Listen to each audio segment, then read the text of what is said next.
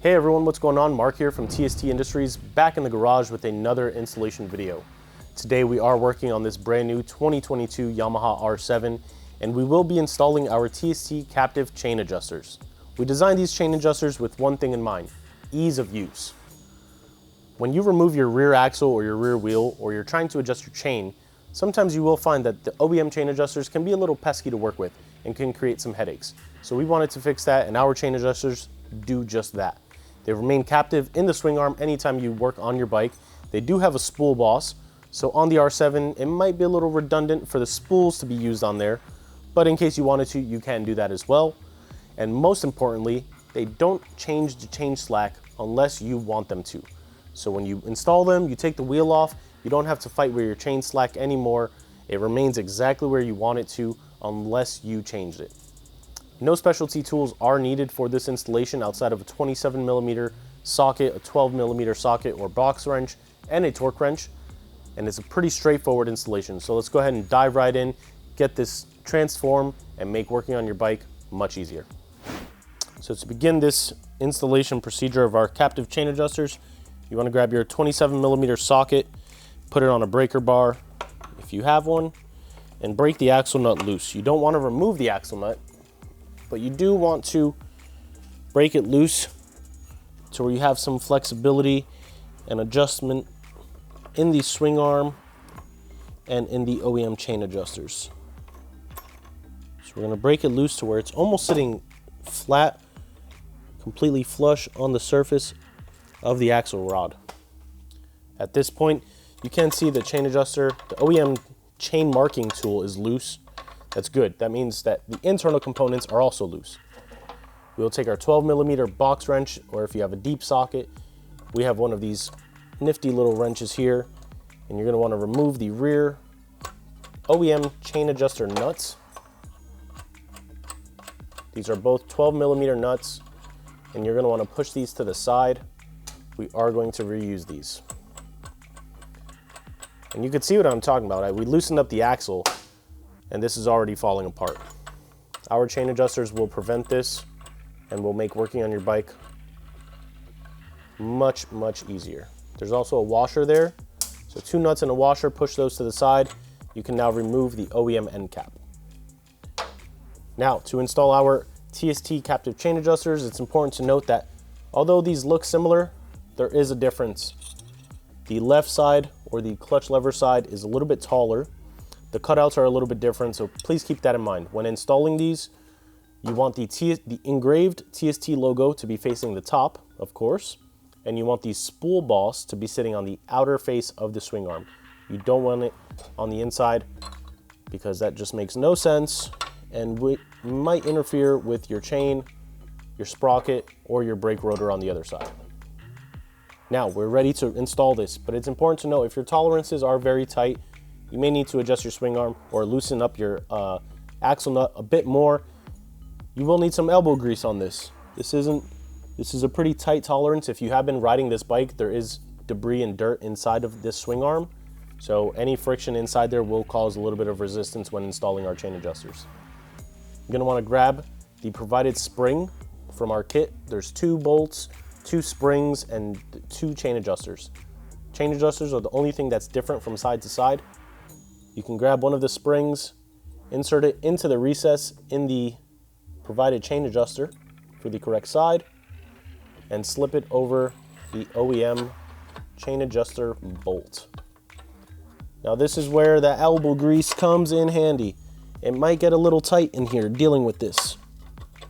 You might feel a lot of resistance. In our case, we did not. There's a little resistance, but nothing too crazy. And you can see it sits right in. And this is the captive. You can see it working right here, right in front of you. This is no camera magic. There's no fishing line.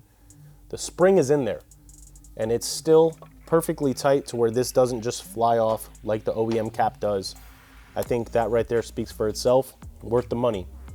But to really make sure that this is a captive system, you do want to take the provided bolt and insert it onto in the hole right above the swing arm boss. That will create tension This will flare these pieces, the internal pieces out, locking it into the swing arm even more.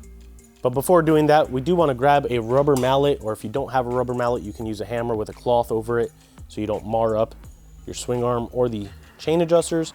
And you want to just give them a small tap on the perimeter, nice and gentle.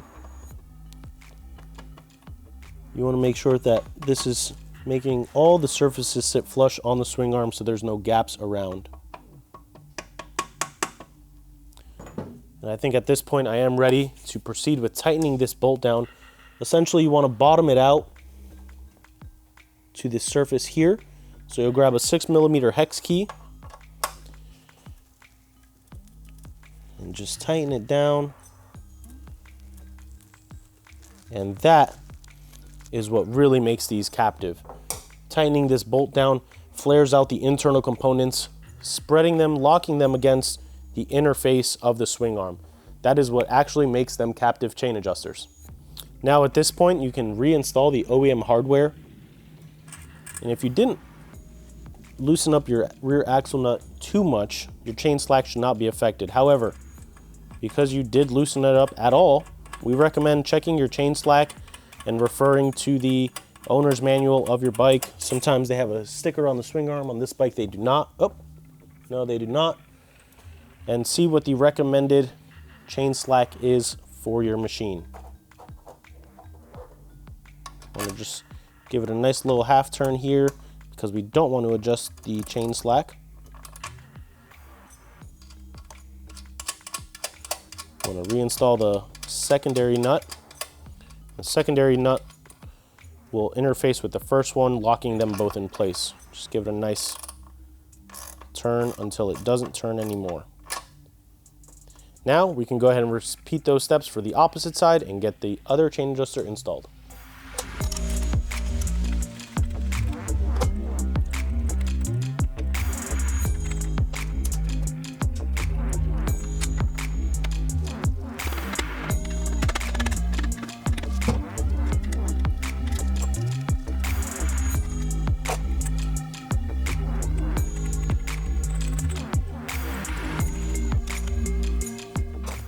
At this point, you can go ahead and adjust your chain tension to the owner's manual specified tension on the chain. And to do so, you want to take your 12mm wrench, slip it over the first nut, and then you want to either tighten it or loosen the first nut according to the chain tension.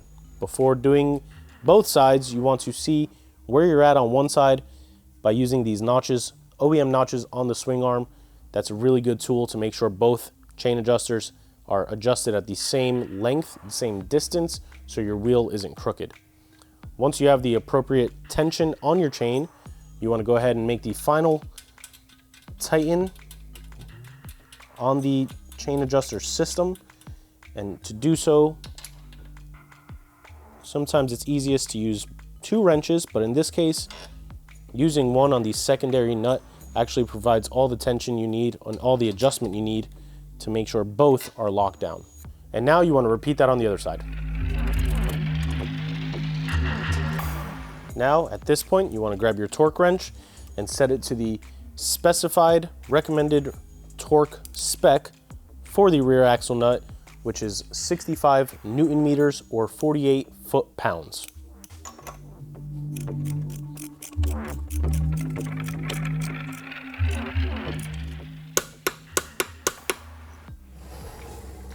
All right, and this installation is now complete. And as you can see, we've been able to clean up the rear of the bike. We won't have to deal with the headache while working on our bike of dealing with this falling out. And we have the added security of knowing that our chain tension will not be adjusted anytime we loosen up the rear axle, which is a beauty on this bike. So be sure to check these out on our website, tstindustries.com. I will mention that we do have spools for this system.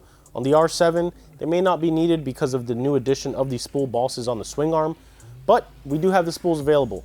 These are the same systems for the MT-07 and the FZ-07, so be sure to check it out. They are an add-on within the product page, tstindustries.com, as I just mentioned. If you haven't already, be sure to subscribe and turn that notification bell on. If you have any questions, comments, concerns, leave them in the comment field below. We'd love to hear back from you. And as always, check us out on social media, Facebook, Instagram, Twitter. We're here for you all. This is Mark from TST signing off. Catch you guys next time.